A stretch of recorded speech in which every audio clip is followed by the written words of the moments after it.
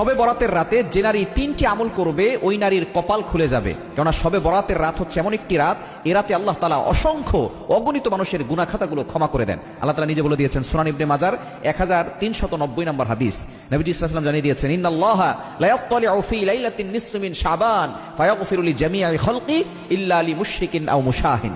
এ রাতে আল্লাহ তাআলা সন্ধ্যার পরে মাগরিবের নামাজের পরপরই আল্লাহ পাক রব্বুল আলামিন মানুষের দিকে দৃষ্টিপাত করেন, প্রথম আসমানে চলে আসেন এবং আল্লাহ পাক রব্বুল আলামিন সকলের দিকে দৃষ্টিপাত করে সকলকে সাধারণ ক্ষমার ঘোষণা করে দেন। তবে দুই শ্রেণীর মানুষকে আল্লাহ ক্ষমা করেন না।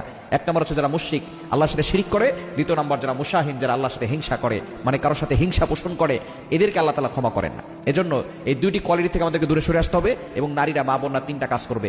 এক নম্বর হচ্ছে আপনি আপনার প্রয়োজনীয় নামাজগুলো পড়বেন। প্রয়োজনীয় যে জিনিসগুলো আছে, সলাতুল হাজত, আপনি 2 রাকাত নামাজ পড়তে পারেন। আপনি নফল নামাজ বেশি বেশি পড়বেন, পাশাপাশি 2 রাকাত সলাতুল হাজতের নামাজ পড়বেন, যে আল্লাহ আমার এটা প্রয়োজন, আল্লাহ আমার এইটা প্রয়োজন। কারণ আল্লাহ তাআলার কাছে চাইলে আল্লাহ তাআলা সবকিছু দেন।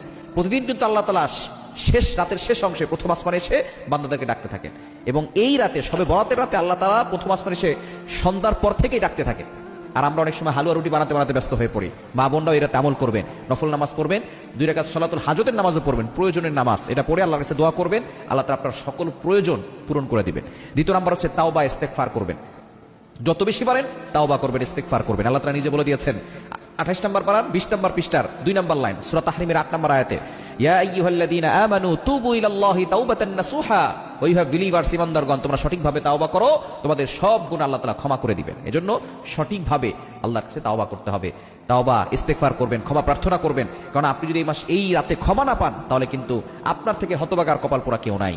এবং 3 নম্বর হচ্ছে আপনি দোয়া করবেন, আপনার যত